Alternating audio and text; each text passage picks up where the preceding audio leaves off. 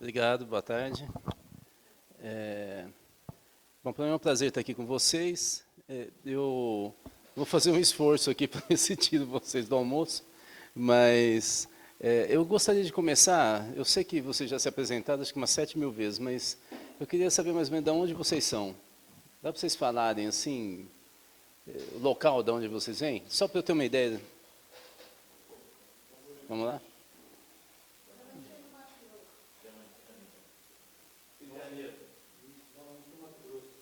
Mato Grosso? Rio de Janeiro. Mato Grosso.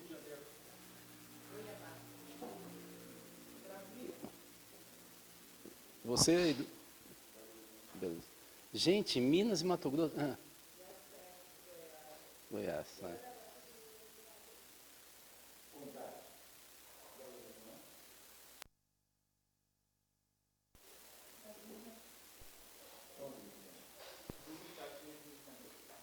Caramba, Minas monopoliza mesmo, né? Bom, eu sou de Minas. Eu sou paulista, na verdade, mas eu estou há 27 anos em Belo Horizonte. Então, eu sou típico migrante. É igual aquele português que vai para a Alemanha, tenta aprender alemão, não consegue aprender, esquece o português, volta mudo, né? Eu sou mais ou menos isso. Não sei se eu sou paulista, se sou mineiro. Eu sou migrante, né? Eu queria começar, me pediram para falar sobre esse tema, mas eu queria começar fazendo uma pergunta para vocês, só para começar um diálogo aqui. O que é que nesses últimos 5, 10 anos no máximo, mas vamos pegar 5, vocês sentiram que mudou mais na vida de vocês, ou no trabalho que vocês fazem com a base onde vocês atuam? O que vocês estão sentindo que é tão diferente que meio que desorienta um pouco o que a gente fazia, ou a gente começa a sentir, no caso de vocês não, mas no meu caso que a gente está ficando velho, assim, eu estou com a cabeça no outro século, o que está pegando mais? Como que vocês estão sentindo? Fala para mim, para a gente ter uma conversa. Não precisa fazer um rol não, é só um, assim, pá.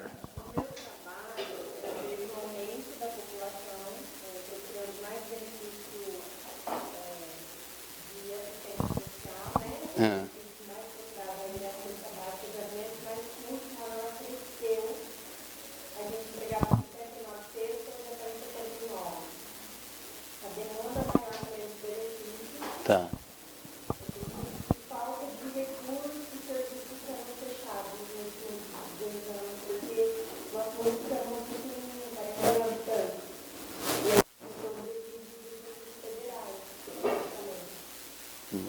Você já atuava...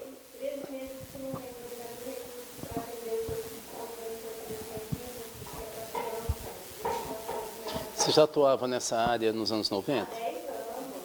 10 anos. Então, você não, se eu te falar, voltamos para os anos 80, 90, você não vai saber dizer, né? Tá. Tá.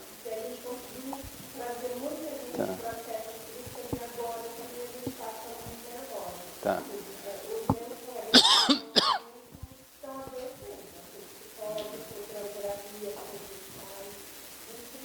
De novo, um movimento de marginalização social, né?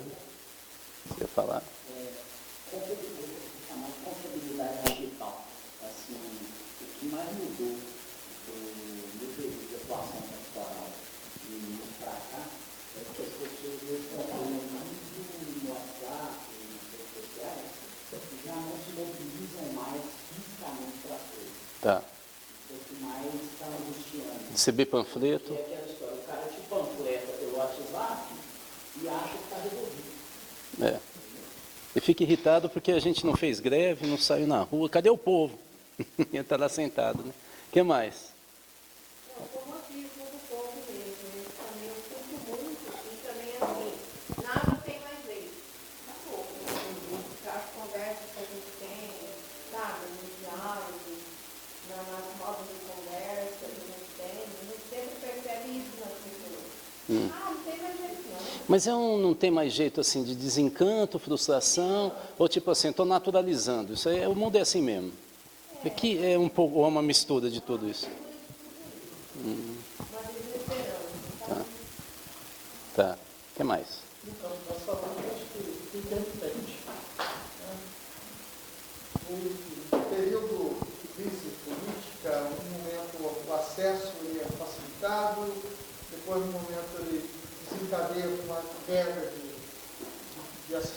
ciência, você não consegue ter um parâmetro, né? Não tem um padrão. Se evoluiu para melhor ou para pior, em termos de assistência. Tecnologia não, tecnologia ela vem avançando, são equipamentos modernos, mas o acesso em si, né, no ambulatório, você chega lá fazer sua consulta preventiva, isso aí. Mas você acha que essa oscilação tem qual causa? Porque você está falando uma coisa que muda com a política, né, e com a economia. Qual é a causa da gente oscilar e não ter uma política? Talvez a confiabilidade do gestor. Então, olha o que você está falando. Você está falando que nós temos políticas, no caso da saúde, mas na área social, que são de governo, mas não são de Estado. Então, nós não temos direito, por isso não tem um padrão. Mudou o governo, mudou a lógica. Beleza.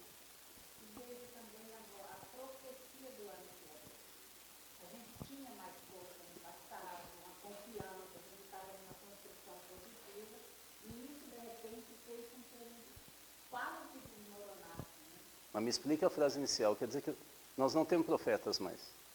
Ou eles não estão sendo ouvidos. Não, o que estamos falando é que não está acontecendo. O nosso anúncio aqui. Certo. Falta o quê, assim? Porque o povo continua com fome. Pois é, mas o que aconteceu que as profecias, a boa nova, meio que... Igual o dinheiro da saúde, começa bem, chega lá na ponta só 10%. Acho que é a alimentação da própria... O sonho político que a gente tinha, o sonho de construção, aquilo de viver uma coisa mais segura, de repente a gente... Tem a ver com o que ela estava falando, assim, fala aí, não adianta. Entendi. O que mais, gente? Não precisa ser todo mundo, não, é só... Vamos lá.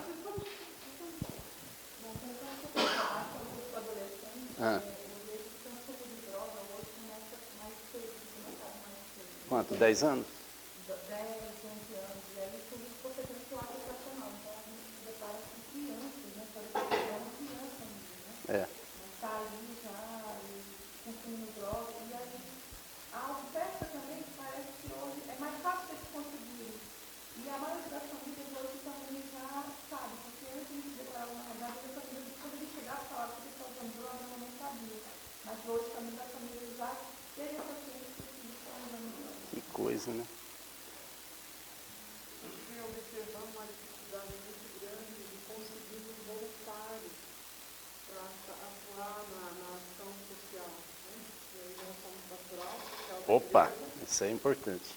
Aliás, tudo, né? O que acontece? Assusta e a justificativa é porque as pessoas não têm tempo para dedicar, porque tem que ter vários empregos para compor a renda familiar, porque está tudo muito mais difícil, é muita coisa para fazer. Então, coisas que nós não tínhamos antigamente, há 20, 25 anos, hoje a gente se depara com muita dificuldade de termos voluntários para a ação social da nossa. Isso é fundamental, porque destrói a base dos conselhos, né? O conselho é uma representação social. Se a sociedade não participa, o conselheiro vira cacique. Ele não é representante. Ou seja, se o jeito que vocês estão falando do comportamento das pessoas mudou e está cada vez mais passivo, descrente, o conselheiro desgruda. Esse é um dos problemas graves dos conselhos. Ele desgruda e aí ele fala quase que sozinho. Isso é importante. Você vai falar? Não? Mais alguém?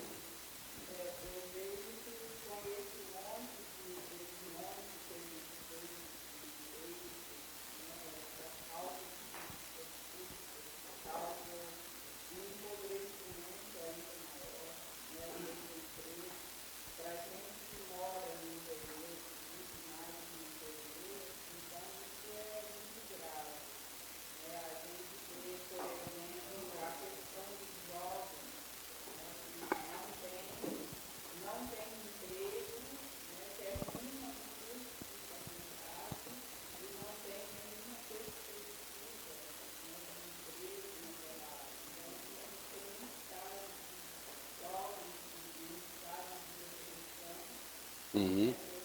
Uhum. Uhum. Uhum. Uhum.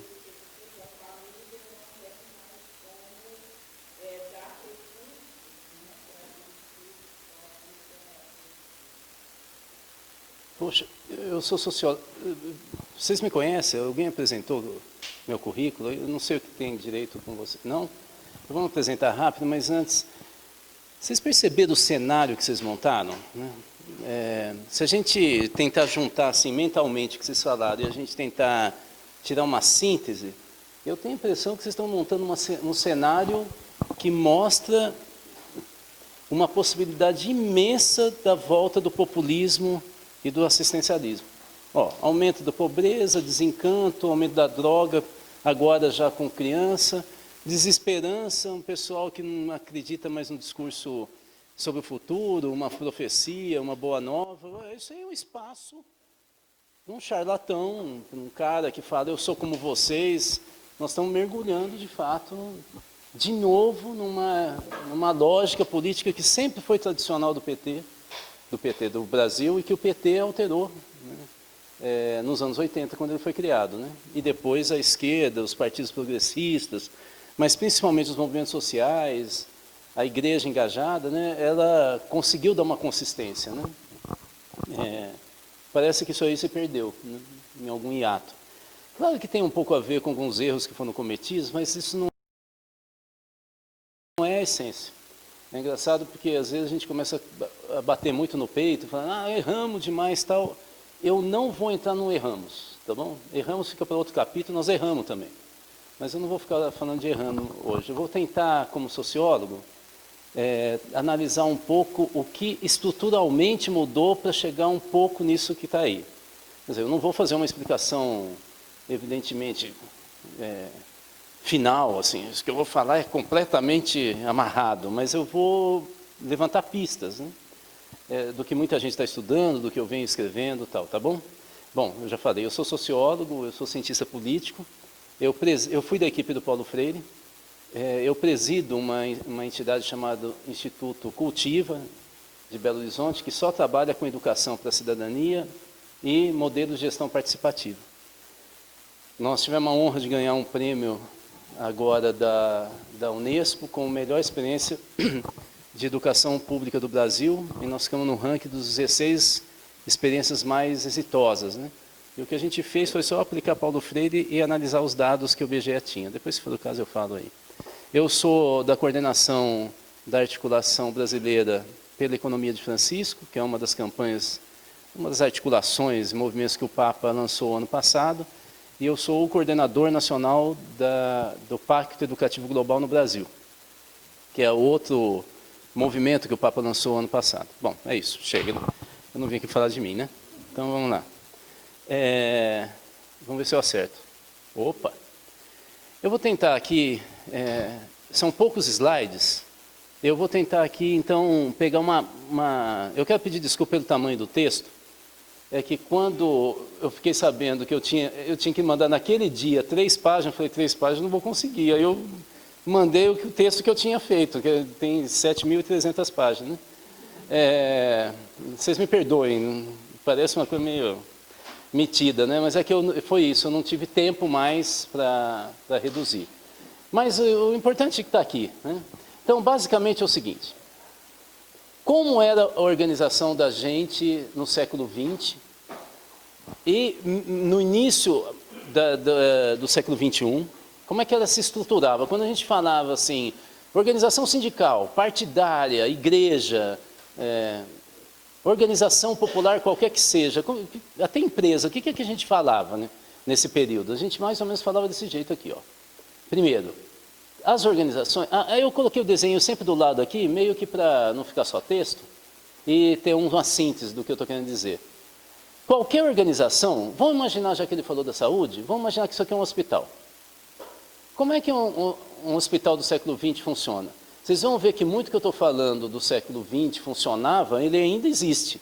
Né? Quando a gente entra numa transição, não tem um dia que a gente fala, acabou, agora começou outro. Ele vai diluindo e a gente vai vendo outras formas. Então, nós estamos numa transição. O que a gente tinha? A gente tinha uma estrutura em que, na base, imagina um hospital, a hora que você entra aqui, ó, esse vermelhinho somos nós. A gente entra no hospital, a gente é atendido por um monte de recepcionista. Hoje tem umas cadeirinhas que nem vocês estão, aí fica lá a senha, número D79 e tal, né? Aí tem aquelas coisinhas coloridas no chão, né? O cara que está quase morrendo vai para o vermelho, o cara que não vai ser atendido é o verde, e assim vai, né? Então, esse pessoal que está na base, se vocês pensarem em partido, hoje, sindicato, é tudo a mesma coisa. O que está na base, qual é o papel da recepção? É atender a gente que vai lá desesperado e botar a gente num protocolo. Aí a gente recebe uma senha. Qual é o poder dele para resolver o problema da gente? Zero. Os partidos políticos naquele período do século XX também eram assim.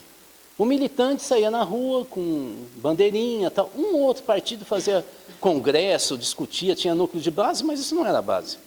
Isso não era o que acontecia. Isso aqui era uma pessoal, massa, que na verdade fazia o que o Congresso mandava. Bom, depois que encaminhava o cara que estava precisando de ajuda pela recepção, então a recepção fazia o quê no hospital? Ela selecionava, por caso, quem seria atendido pelo pessoal que estava lá em cima, que eram os especialistas. Então, acima da base de qualquer estrutura de organização do século XX, já tinha no século XIX, no século XX é que vai crescer. Você tinha muita gente na base das organizações que tinha pouquíssimo poder. Acima dele, tinha gente que tinha muito mais poder, mas que eles não podiam tocar na gente. Não podia tocar no povão. Por quê? Porque a ideia das organizações do século XX é que quem decide sobre um problema, principalmente no serviço público, mas não só, na empresa, não podia decidir pela emoção. Então, se ele fosse atender... Eu vou acabar com você, né? Eu ando pra caramba. Se ele atendesse alguém que estava desesperado, uma mãe que estava com um filho com uma temperatura altíssima, não sabia o que fazer, se esse especialista aqui ouvisse essa mãe, lógico que ele ia se comover, se ele fosse humano, né? E ia levar a mãe. Mas dentro desse tipo de organização do século XX, absolutamente racional, se acontecesse isso, a gente poderia fazer uma bagunça e desestruturar a organização. Porque todo mundo que for desesperado chorando ia entrando, você não tinha lugar, não tinha dinheiro. Então, dentro dessa visão racional, a pessoa tinha que entrar numa triagem para então entrar em contato com um especialista que não podia sentir o sofrimento alheio. Ele tinha que ser frio. Ou seja, se ele te encontrasse e fizesse um exame, falou, você tem 3 meses de vida. Mas se continuar do jeito que você está, você não aguenta amanhã. Isso é... Ou seja, uma relação absolutamente técnica, pouco emocional, quase desumanizada. Ou seja, nessa lógica, a organização está muito acima do humano. Esse pessoal não forma um grupo. Esse aqui forma. São todos os recepcionistas, os trabalhadores lá de atendimento, de limpeza, segurança. Eles se sentem meio lascados na organização. Esses não, esses se sentem poderosos. Eles falam difícil, porque eles são muito técnicos. Aí eles começam a falar, exame que vai pedir de sangue. Metade dos exames você não tem nem ideia do que tem esse exame, porque ele fala T44, você fala, mas para quê? Não, deixa que eu resolvo, eu sei o que é isso. E você fica desse tamanho de um feijão, né? Esse pessoal se divide cada um numa repartição e numa especialização. Até em sindicato. Você tem, até no MEC. No MEC você tem um setor que é só de educação infantil. Um outro que é só de educação especial, ou inclusiva. Agora nem isso tem, né?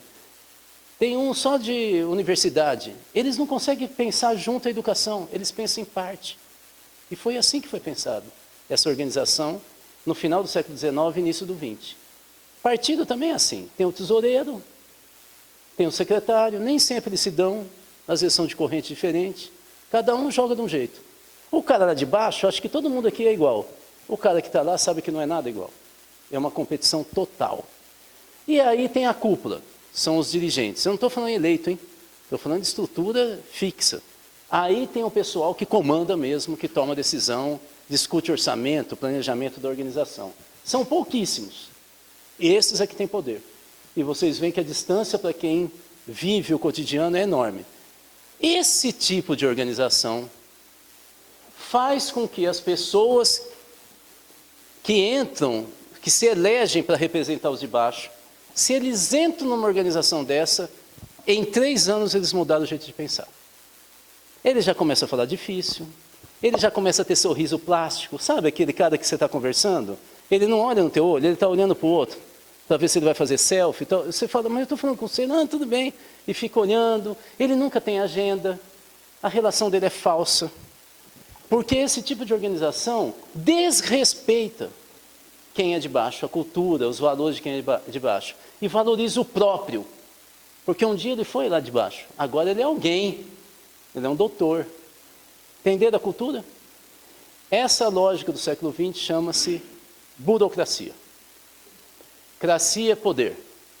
Birô é escritório. É office. Então, burocracia não é o poder do vermelhinho aqui, que somos nós, que estamos lá pagando para esse pessoal. Burocracia é o poder da administração. Quem manda mesmo nessa organização é esse pessoalzinho aqui. Isso é século XX. Isso é século XX. Se vocês forem pensar em governo, já que você falou de saúde, qual é o problema da saúde? Mas é da educação, da assistência social. Esse é o problema dos conselhos. Os conselhos não perceberam isso e estão ficando igualzinho essa estrutura. Por exemplo, eu já vou entrar aqui nessa questão que eu ia falar do problema. Apertei coisa demais. O problema é que nessa estrutura aqui, os departamentos e as organizações trabalham por programa, não trabalham por problema. Então você vai resolver um problema da criança e adolescente, que é, sei lá, que passa, os caminhoneiros que passam na rodovia, que tem um bairro lá, eles param de manhã, eu estou falando de uma cidade de Minas, chamado Teófilo Otoni, os dados todo mundo conhece e ninguém muda nada, nem governo de esquerda mudou. Eu vou falar de uma secretária de Desenvolvimento Social e Cidadania, que eu conversei com ela, falando se a gente sabe que está passando os caminhoneiros de manhã, para lá na beira da estrada, fala com os pais, fecha o programa com as filhas de 10 anos, 12, paga metade, vai embora. Quando eles voltam da Bahia, eles colocam a menina na boleia do caminhão, paga a outra metade e vão ter relações sexuais com as meninas. Eu falo, o que vocês estão fazendo? Sabe qual foi a resposta?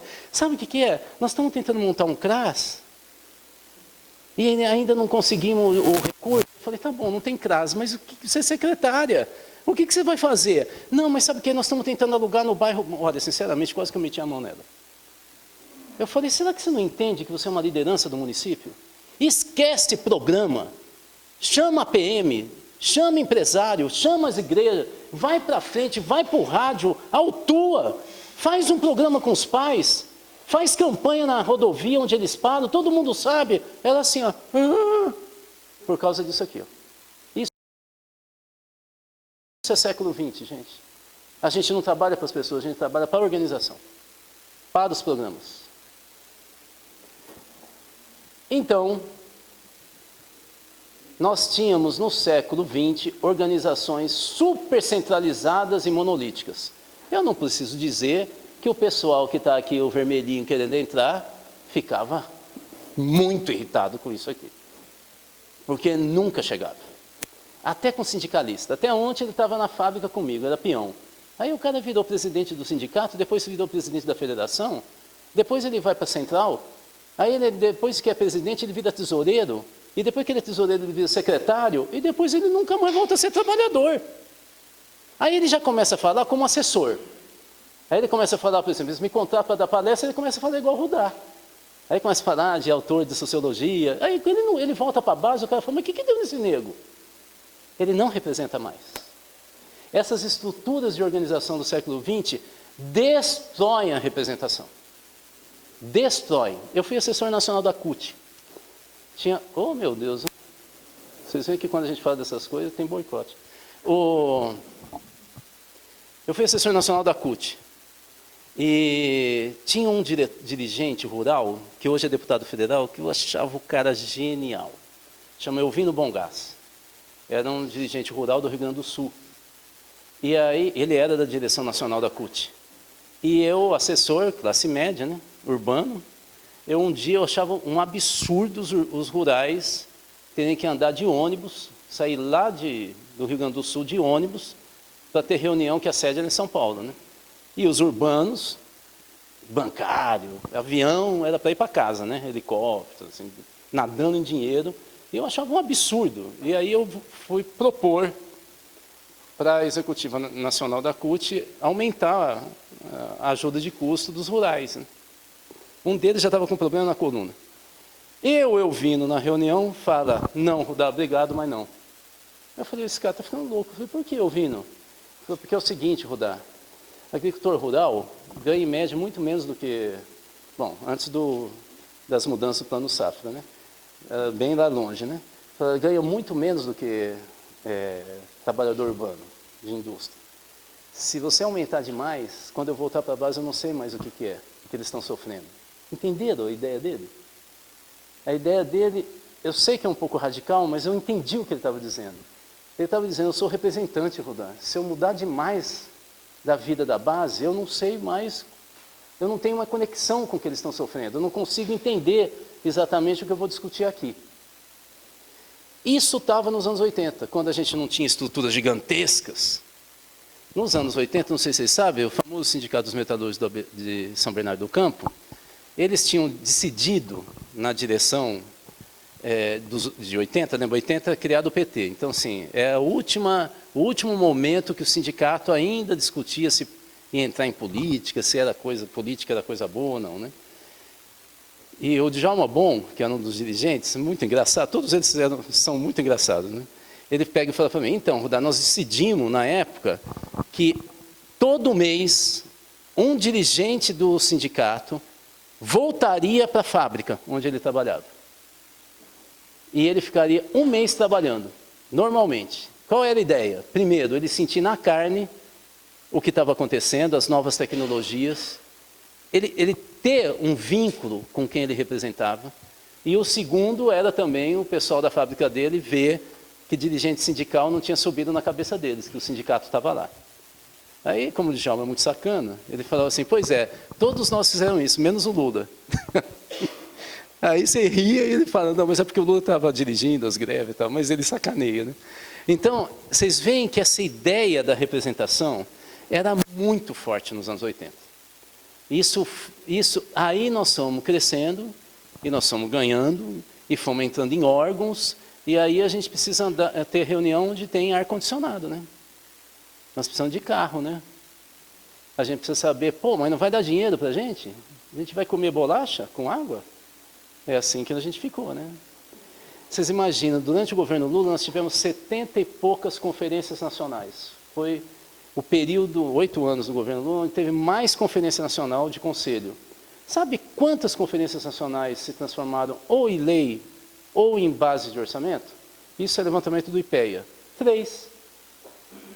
Ou seja, era uma grande festa para vir em Brasília, os hotéis ficavam cheios, aí você tinha a conferência dos índios com LGBT, eles se conheciam, era uma confraternização. Agora o conselho existe, é para resolver o problema na base, não o nosso problema, não do conselheiro.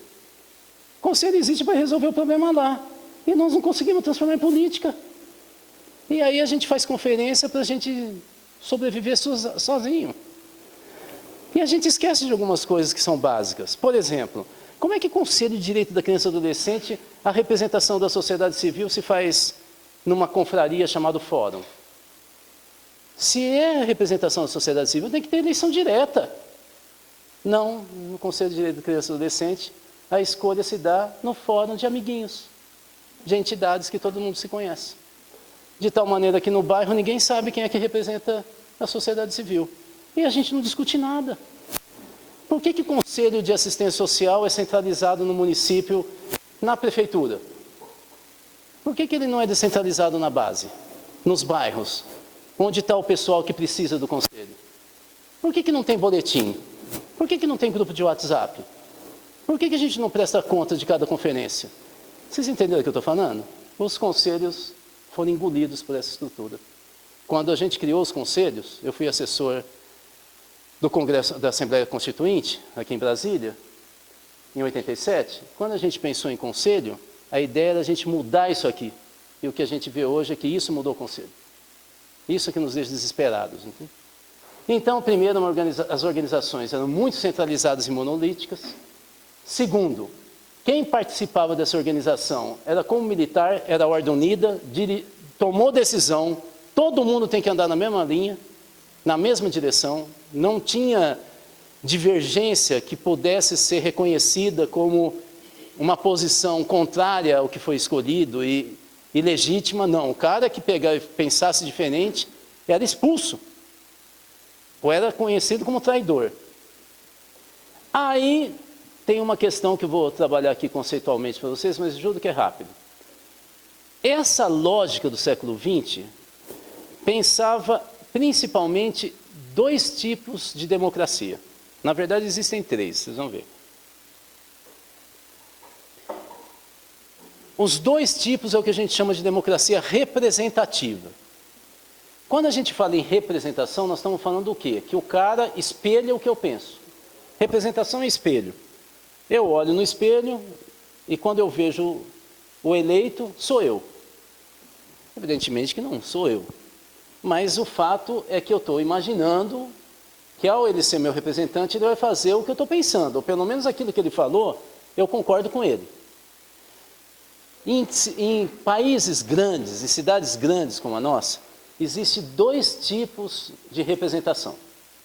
Uma representação que se chama delegada, que é quando a gente elege um cara que é da minha base. É o deputado dos professores, é o deputado dos bancários, é o deputado indígena. Então, assim, é um cara que vai entrar em tal lugar representando o que a gente é, o meu grupo. E ele não vai representar os outros. Isso chama-se democracia representativa delegada. Qual é a vantagem? A vantagem é que o grupo que o elegeu comanda o mandato do cara. Sabe que ele vai fazer porque ele toda hora volta para conversar comigo. Não é? Por exemplo, a Tabata. A Tabata é evidentemente uma deputada de representação delegada. Ela representa os interesses do Lehman, dos liberais e tal.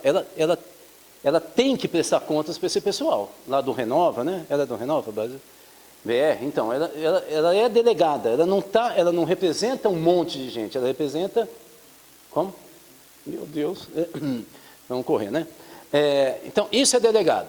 Mas existe um outro tipo de representação, muito importante no Brasil, porque nós somos um país que é um continente sozinho, né? Aliás, tem estado que é um país sozinho, né? Que se chama representação fiduciária. Quando você pega e vai comprar um carro em prestação, uma geladeira, você assina um termo, se vocês olharem nas letrinhas pequenas, está escrito que é fiduciária. O que é fiduciário? Fiduciário quer dizer o seguinte, enquanto você não pagar a última prestação, o carro não é teu. Você não pode passar para frente o carro, porque o carro ainda é de quem está te financiando.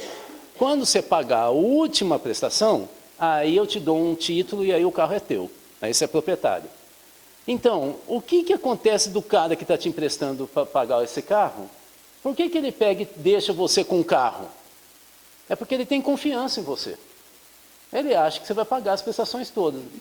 Em termos jurídicos e políticos, fiduciário é isso, é eu ter confiança. Por exemplo, vocês já imaginaram um candidato a presidente da República? Você já imaginou você numa campanha para presidente da República no Brasil? Você esperar que o candidato a prefeito fale do teu bairro? Eu, quando for presidente, vou ajudar vocês a ter segurança lá, porque eu vou criar um programa. Se ele começar a falar de cada cidade, são 5.570. Ele acaba a campanha falando de um estado. Então não dá para ele falar sobre problemas nossos. O que ele vai fazer? Ele vai fazer um discurso geral. A gente, em confiança, a gente fala, eu topo votar nesse cara. Porque esse cara tem uma ideia parecida com o que eu penso. Eu imagino que ele vai fazer o que eu queria que ele fizesse no meu bairro, ou pelo menos vai ajudar. Mas é em confiança. Então nós temos 2 tipos de representação. A delegada, que é a representação daquele grupinho, daquele grupo que pensa daquele jeito, que tem interesse específico. E o fiduciário, que é um cara que fala visões gerais do mundo, ou do país, e eu confio em si, que ele pensa mais ou menos como eu, mas eu não sei direito o que ele vai fazer. Vocês viram, os dois têm vantagem, mas os dois têm desvantagem. O delegado, ele não pensa no Brasil, ele só pensa no grupo dele, corporativo. Ele nunca discute. Vocês querem que eu dê uma ideia? Os tais dos identitários. Né? As neofeministas, o novo tipo de... Eu nem sei se isso é movimento mesmo. Movimento antirracista. Né? Ele só pensa em pauta dele. Se você falar qual é a saúde... Antigamente, feminismo e luta antirracista pensava no mundo, no país. Mas hoje...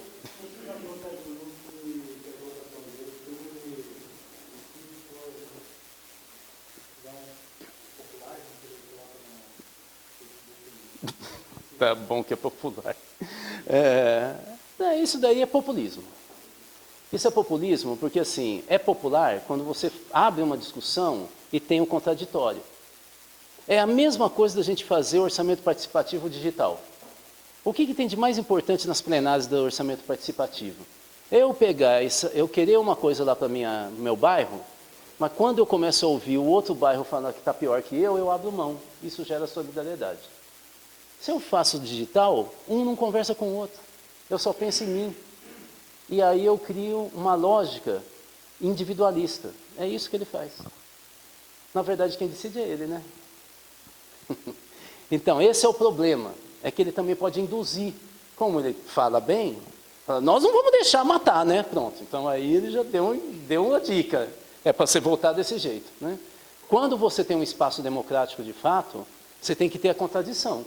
Você tem que ter um cara, você tem que deixar o outro falar, e a gente vai aprendendo com o coletivo e chega a uma conclusão. Quando não tem espaço para isso, que é o digital, o que tem são opiniões individuais e o cara que recebe que decide. O que ele acha mais importante. Então, democracia não tem como ser feita sem debate. Dito isso, então, esses dois tipos de representação estão sendo destruídas hoje no mundo inteiro. Todas as pesquisas que a gente tem hoje no mundo revelam que essa ideia da representação está acabando. A ideia que está pegando, principalmente na juventude, é a horizontalidade, que é um outro tipo de democracia que se chama democracia direta. O que é democracia direta? Eu, na Assembleia, que tem a ver com o que o Cajodô está falando, ou seja, radialista, gente de imprensa, ele tem um radar na cabeça.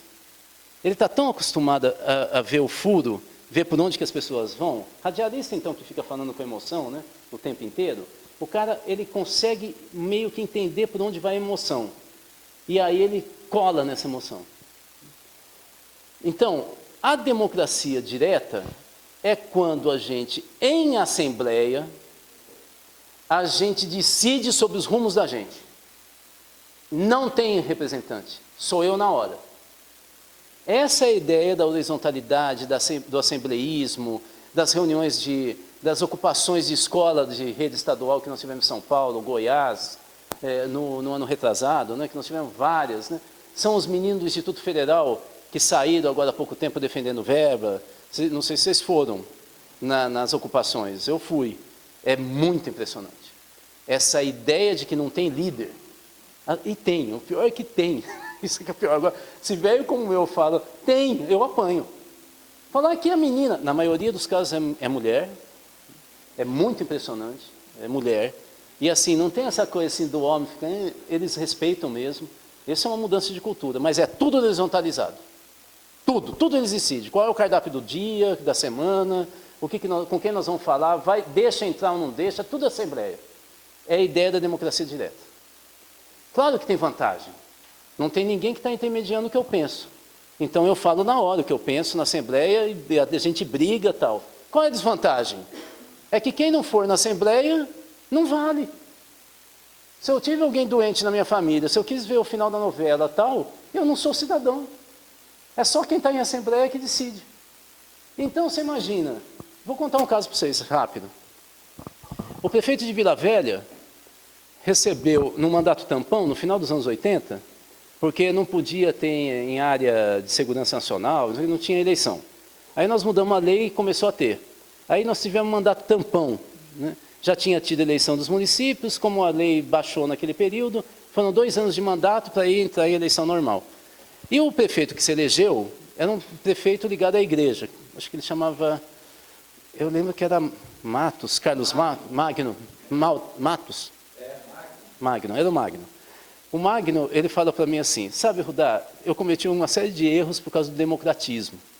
Um deles é que eu tinha vários problemas na orla de Vila Velha, e aí a Petrobras veio para mim e falou o seguinte, se você topar que a gente tem exclusividade de mini postos na orla toda, eram mais ou menos 20 postos, pequenos, e você der concessão, não lembro o que era lá, que der o contrário, a gente faz a reforma da orla toda. O que ele decidiu fazer? Assembleia. Ele fez 2 assembleias, que participaram 50 pessoas. Tudo de esquerda, votado contra, perdeu a eleição. A maioria da população não foi na assembleia. O mosquito, esse é clássico, porque é o seguinte, nessa eleição tampão, quem ganhou foi o mosquito. Só que o mosquito não era candidato, então veio o segundo, que é ele. E ele dizia, eu não percebi o que a urna estava dizendo, que o principal problema da cidade era mosquito, portanto era esgoto a céu aberto. E eu fui para a participação e dancei. Bom, mas o que eu queria falar é da participação. Vocês veem que o método é legal da participação, direta. Mas se o cara não vai e for a maioria, você não está ouvindo a maioria, você está ouvindo aqueles que são organizados. E isso não é democracia também. Então, nós estamos tendo uma crise imensa desse modelo de representação, mas nós estamos propondo algo no lugar que só aqueles que são muito militantes é que estão decidindo. A maioria que está lá vendo um jogo de futebol, novela, não está decidindo. E aí eles querem ouvir o capitão, ou eles querem ouvir qualquer cara que fala muito, esses caras que estão mandando na gente, é esse pessoal que pega dinheiro de fundo, é o pessoal ligado a não sei quem, e eles ouvem porque eles não estão nas organizações. E nós não estamos falando para esse pessoal que não vai em assembleia, que não está em sindicato. Nós não falamos para eles que dá mais de 90% da população brasileira.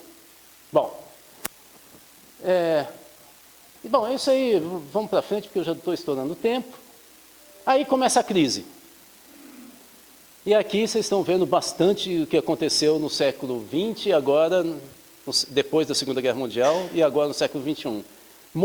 Mobilizações quase sempre muito agressivas, mas que não mudam nada, nem na política pública, nem no poder.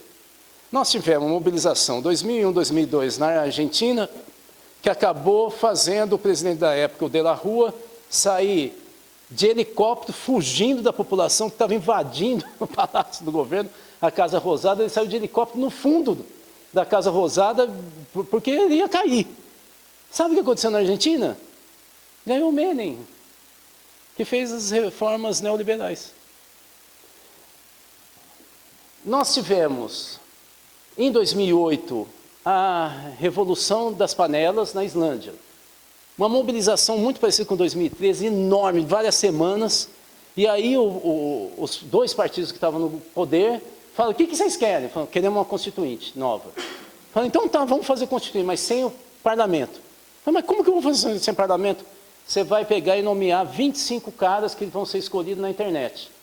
E ele nomeou, ele criou como assessor especial, porque a lei não tinha. Esses 25 receberam 15 milhões de propostas pela internet, apresentaram a proposta para o Congresso, e vocês acham que algum deputado teve coragem de negar o que fez uma nova Constituição. 2 anos depois, o partido que o pessoal queria derrubar voltou ao poder. Talvez o único país... Brasil, 2013, manifestação daqui, quem ganha poder? PMDB. Mais manifestação, quem ganha é o Bolsonaro. Tem alguma coisa errada, não? A gente sai na rua, Por isso é que a Boa Nova não pega mais. Caramba, eu saio na rua toda hora, e o que vem é gente que já estava. É gente que eu estava xingando. Tem alguma coisa errada nessa história. Para que eu vou sair na rua? Bueno. Então, aumenta a frustração e ressentimento. Cada vez mais. Eu não vou ler tudo isso aqui, eu vou pegar 2 ideias para entender o que vai acontecer no final do século XX. Em primeiro lugar, tem um autor chamado Richard Sennett, que ele vai estudar um pouquinho o que está acontecendo no Ocidente. Ele não vai para o Oriente.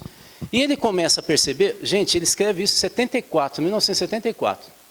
Ele fala o seguinte, olha, é muito perceptível como nas democracias, o homem comum, o que ele está chamando de homem comum? Não é um grande empresário, ele não é um político famoso, ele é o cara que trabalha o dia a dia, vai para casa lá, toma uma cervejinha dele, ou ela toma uma cervejinha dela e vive. E essa pessoa começa a perceber que os caras que ele elegeu, aqueles caras que jogam futebol, que aparece, que morava até no bairro quando ele começou no Júnior lá, aquele cara que cantava no bar, que agora fez sucesso, os negros estão tendo uma vida, aparece toda hora na televisão, anda de jatinho, mas o que esses caras têm que eu não tenho? Eu trabalho feito doido, e esses caras aparecem, eles são vagabundos, eu conheço, o cara era meu vizinho. O que o Sennett percebe é que nesse mundo do espetáculo, que a pessoa tem que aparecer, é o marketing, ele tem que ter sucesso, nesse mundo o homem comum, a mulher comum, desaparece. E quem tem sucesso, quem vai comer em restaurante caro, aparece na revista Caras, não sou eu, que votei no cara. Ele diz, esse tipo de situação gera um profundo ressentimento de massas em tudo quanto é lugar. E esse ressentimento faz com que eu comece, essa é a dica do que eu queria dizer para vocês do século XXI. A gente começa a cada vez desgrudar das coisas maiores e públicas, de massa, e cada vez eu me fecho mais na família, no núcleo do meu bairro, nas amizades, e olha lá. Eu não confio mais em nada que é público. O livro do Richard Sennett, que estuda isso, o livro é genial. O livro chama-se O Declínio do Homem Público. Olha o nome, O Declínio do Homem Público. Ele escreve em 74, gente. Ele está sacando que essa ideia da autoridade pública, mas ele não está falando só da política. Ele está falando do grande sindicalista, ele está falando do cantor, ele está falando do jogador de futebol, ele está falando do cara que é uma celebridade. Começa a ter uma grande desconfiança de todas as celebridades. Eu desconfio desses caras. Esses caras estão roubando, são malandros, não é possível. O que ele está fazendo a mais que eu para ter esse sucesso todo? E aí o Sennett pergunta, por isso que eu falei para vocês que o que vocês estavam dizendo parece que é um grande caldo de cultura para gerar populismo, porque ele fala isso também. Ele fala, esse desgarramento, esse fechamento em comunidades pequenas, em pequenos grupinhos, além de destruir a democracia, só tem um jeito de alguém se eleger nesse tipo de mundo, é o demagogo. O que é o demagogo? O demagogo é um tipo de populismo, né? O demagogo é o cara que fala o seguinte, eu sou como vocês, eu sou lascado, olha como que eu sou feio. Eu uso tênis arrebentado, tá vendo? Eu continuo morando lá, naquele lugar lá. Mas por que então eu sou candidato? Porque eu vou defender a gente. Porque eu sou igual a vocês. Parênteses. Percebam que o discurso do Bolsonaro é exatamente isso. Ele fala errado, ele pede desculpa, todos nós exageramos e depois voltamos a... Ele faz isso direto. Ele pega e fala coisa que alguns gostariam de falar, não tem coragem, ele fala, ele desconsidera qualquer liturgia do cargo, qualquer tipo de linguagem sofisticada. Ele vai falar aonde? Nos Estados Unidos, vai comer num bandejão, ele vai para a Europa, ele vai comer hambúrguer, assim, eu acho que é o contrário, né? Assim, é impressionante o que ele faz. Isso chama demagogia. É um jeito de dizer, e ele não fala eu sou igual. Ele não dá sorriso, eu sou esperto. Né? Ele não passa recibo. Ele está falando, eu sou vocês lá, gente. Vocês sabem como que ele anda no final de semana? De chinelo, de plástico e camiseta com um raio da camiseta, que só isso já faria eu já ter raiva dele do Palmeiras.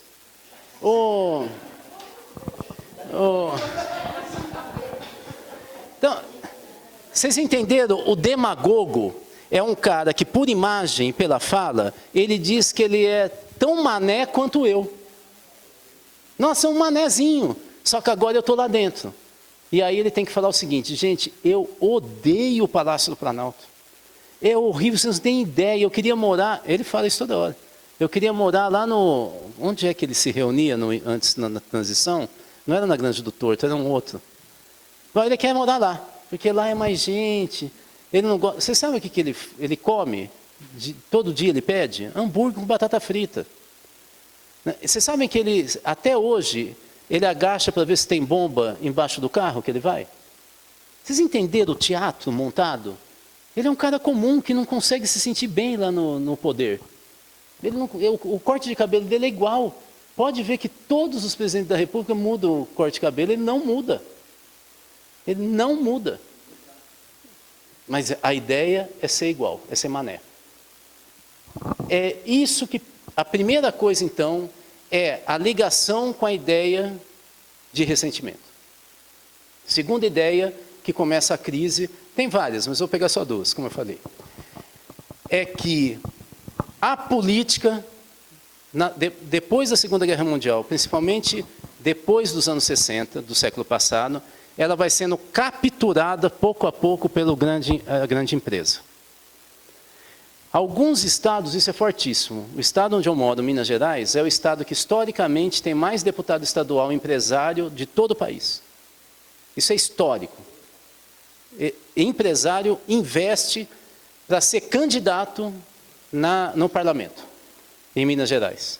Agora começa a explodir, junto com o policial, no mundo inteiro, essa ideia de empresário, né, que não é político, tanto que acabou de eleger o tal do Zema, né, que ninguém sabe... E ele fala igual caipira, fica falando que não sabe direito como governar. Estou pedindo ajuda, gente. E aí sabe o que dá na pesquisa? O CDL de Belo Horizonte é o instituto de pesquisa que fez mais pesquisa avaliando o Zema, o governador de Minas, que fala assim, mais ou menos como eu, né, mais carregado, né, tipo, a porta, ele já fizeram 3 pesquisas no primeiro semestre. O que a pesquisa do raio do CDL vem mostrando? Que a maioria dos Belo Horizontinos, porque a pesquisa em Belo Horizonte, a maioria dos Belo Horizontinos, mas estourado, acham que o Zema está errando. A maioria acha que a economia parou e vai piorar. Aí você pergunta do Zema, sabe qual é a resposta? Não, mas ele é esforçado. Eu nunca vi um negócio desse no Brasil. O cara faz tudo errado, mas ainda tem a confiança do pessoal. Por quê? Porque ele é mané. Ele se vende como mané. Que é um cara assim, eu estou aprendendo, gente, me ajuda. E pega. Bom, mas vamos lá. A segunda tese é que a economia, principalmente globalizada, ela foi engolindo cada vez mais a política. Pagando para deputado, fazendo campanha. E agora vocês viram o Lehmann, e não vai ser só ele, criando escolas de formação de candidatos que ele bota dinheiro para ganhar. Ele está montando bancadas empresariais, com jovens que não têm cara de empresário. Quando a economia, o mercado, engole a política, ele destrói a representação com a base. Então, vou citar o autor que vem discutindo isso, Alain Touraine, escreve um livro chamado Poderemos Viver Juntos? Ponto de interrogação, publicado pela Vozes. O Touraine diz, o mundo da política, ele tem uma relação absolutamente promíscua com a economia, desde o final do século XX. E deixou todos nós que somos do mundo da cultura, é assim que ele divide, política, economia e cultura. Depois eu vou explicar porque ele fala isso. Órfãos. Nós não temos a quem falar. Enquanto a economia globalizada não tem país, o que nos segura, que faz a gente ter identidade? Nós que temos valores, que temos religiosidade, porque empresário não tem. Político também não tem mais. A não ser que ele fale para ganhar voto. Mas nós que temos fé mesmo, a gente que tem... O que resta para a gente falar do lugar. Pegar foto da família. Olha onde eu nasci, o lugar que eu pescava. E esse lugar que eu pescava, onde eu nasci, não interessa para o economista. Ele está pensando, não interessa para o empresário. Não interessa para o político, ele está pensando em grandes políticas, mas não na minha vida. Então, lugar e identidade e memória ficaram só para nós, os mané. E aí reforça aquela ideia do Sennett, que nós não temos lugar na política e nem na economia, a gente só tem lugar nos espaços pequenos. Quais são os espaços pequenos que a gente valoriza? Família, amizade, mas círculo pequeno e religião.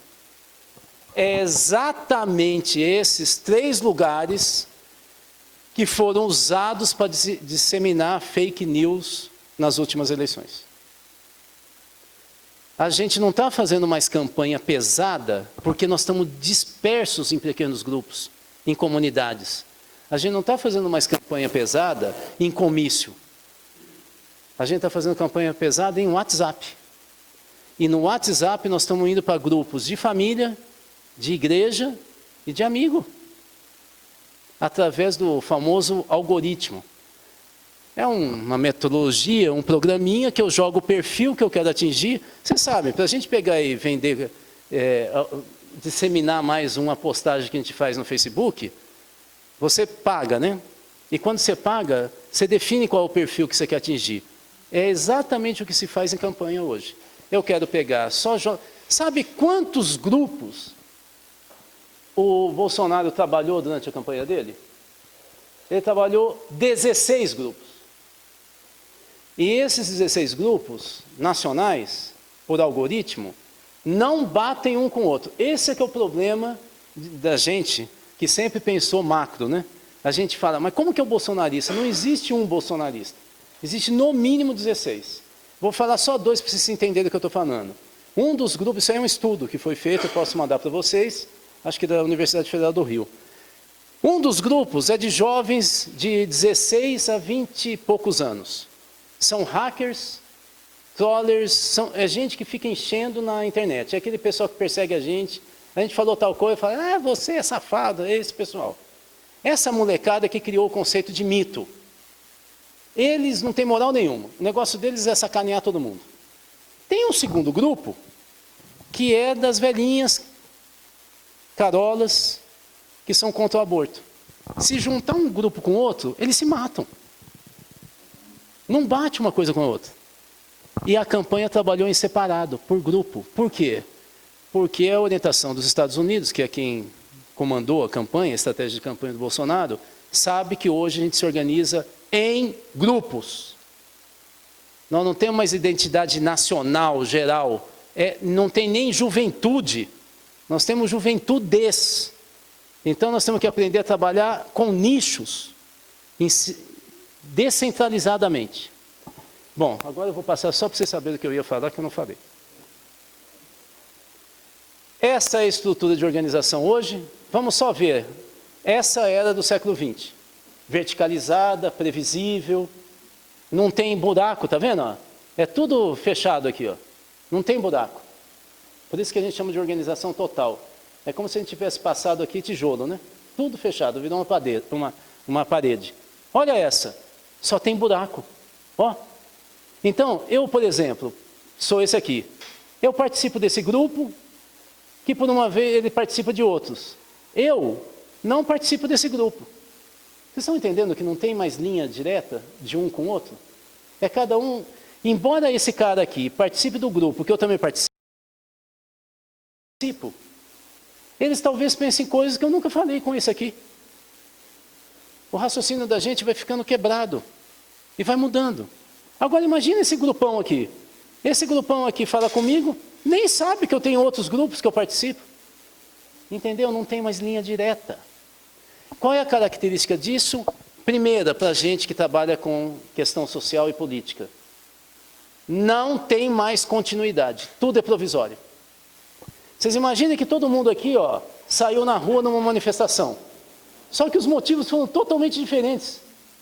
2, como agora todo mundo se organiza em pequenos grupos e comunidades, cada um foi pela manifestação porque foi convidado por alguém que eles conhecem, porque se fosse partido, sindicato, não iria. Esses caras vão querer alguma coisa de mim. Mas se é um amigo, por que um amigo vai querer de mim para ir na manifestação? Aí eu vou. Entender? O chamado é afetivo. é afeto, não é razão. Agora eu faço parte desse grupo. Aí eu vou lá na manifestação e vejo um monte de gente falando de uma coisa que eu nem sabia que tinha na manifestação. Na próxima eu não vou. Então não é verdade que eu faço um ele não e coloco na rua 1 milhão de pessoas, que na próxima ele não vai ter 1 milhão. Pode ser que tenha 500 mil. O MBL morreu por causa disso. Eles ficaram repetindo a mesma fórmula e cada vez menos gente. Porque o tipo de comunicação, o que aconteceu? Os bolsonaristas perceberam que o MBL ia fazer frente a eles. Queimaram eles. Não apoiaram as últimas manifestações. Vocês entenderam? Aqui nós não temos mais a ideia monolítica de que a gente tem uma massa que sai. Então aquela ideia, por exemplo, do Frei Beto, de que a gente é o povo sofrido de Deus, e a ideia de pobre unificava a maioria das pessoas, e a gente tinha algumas ferramentas do povo, que era movimento popular, sindicato, partido. Lembra desse texto de 81, 82 do Frei Beto? Ele não vale mais. Porque pobre não se sente mais só pobre. Eles são pobres negros da favela. E da favela tal. E dentro da favela que joga futebol. Que gosta de funk. Ou que gosta de música sertaneja. Mudou, gente. Esse mundo que nós estamos vivendo não tem nada a ver com o século XX. E, além de ser provisório, eu vou só falar da loucura que está matando a gente. Que com essa porcaria aqui, que a mudança se dá em 2014, porque a gente acessava as redes sociais muito pouco por celular. Em 2014 a gente passa, todos nós, a usar por smartphone. E agora, nesse ano, para o ano que vem, com 5G, aí vocês vão ver a loucura. A gente está andando na rua e vai ter uma voz falando: boa tarde, Rudá. Eu fiquei sabendo que você gosta de comida italiana. Ó, está tendo oferta tal. Vocês vão ver o que vai ser a vida da gente. É com 5G vai ser isso, com qualquer celular mané que a gente tiver. Bom, mas vamos lá. O que está acontecendo agora? Estou terminando mesmo. Nós vivemos esse mundo aqui, ó, que está gravando. Eu não posso falar que eu não falei. Eu estou aqui, vocês estão me vendo. Ele gravou. Esse é um mundo fora da internet. Mas tem um outro mundo da internet. Imagina o que é isso na cabeça de jovem que não consegue. Ele inverteu, né? Antigamente a gente falava mais presencialmente e um pouquinho internet, né? Jovem é o inverso, né? Ele de vez em quando fala com a gente. Na maioria das vezes ele está na internet. Que é o mundo online. O que é o mundo online? É um mundo que eu posso mentir. Nesse aqui não dá para eu mentir. Mas nesse eu posso mentir. Mas não é uma mentira qualquer. Eu posso criar um avatar. Eu posso criar um personagem, colocar até uma foto minha quando eu tinha 16 anos, inventar a minha vida e num grupo eu tenho um avatar, um personagem que eu inventei, que é um cara meio de direita, no outro é um cara meio gay, no outro ele é um cara meio religioso. Eu sou vários personagens. Você já imaginou o que acontece isso na cabeça da gente? Vocês já imaginaram? Eu estou o tempo inteiro em fantasia. O que tem de estudo hoje da psicologia, tentando mostrar como nós temos várias personalidades, nós não temos mais uma, principalmente jovem. Já imaginou o que isso é angústia pessoal? Uma crise. Agora eu vou conversar com esse rapaz, eu não sei com quem eu estou conversando, porque ele tem a válvula de escape na internet. Mas tem uma outra coisa, um filósofo sul-coreano que vive na Alemanha, que ele está falando que o pior de tudo isso é que como nós estamos destruindo aquelas organizações totais que nos unificavam, dava identidade, o que está ocorrendo? Agora é cada um por si. Como a gente não se agrega, agora é cada um por si. Conclusão, nós entramos nesse último período no que ele chama sociedade de desempenho. Como é cada um por si, nós temos que ser o máximo. A gente tem que ter o máximo de likes e curtidas. Nós temos que ter o máximo de namorado ou namorada. Cerveja, eu tenho que conhecer todas as cervejas do mundo, até da Transilvânia e da Mongólia. Eu vou no cinema, eu conheço tudo. Inclusive, antes do Oscar, eu já sabia quem ia ganhar.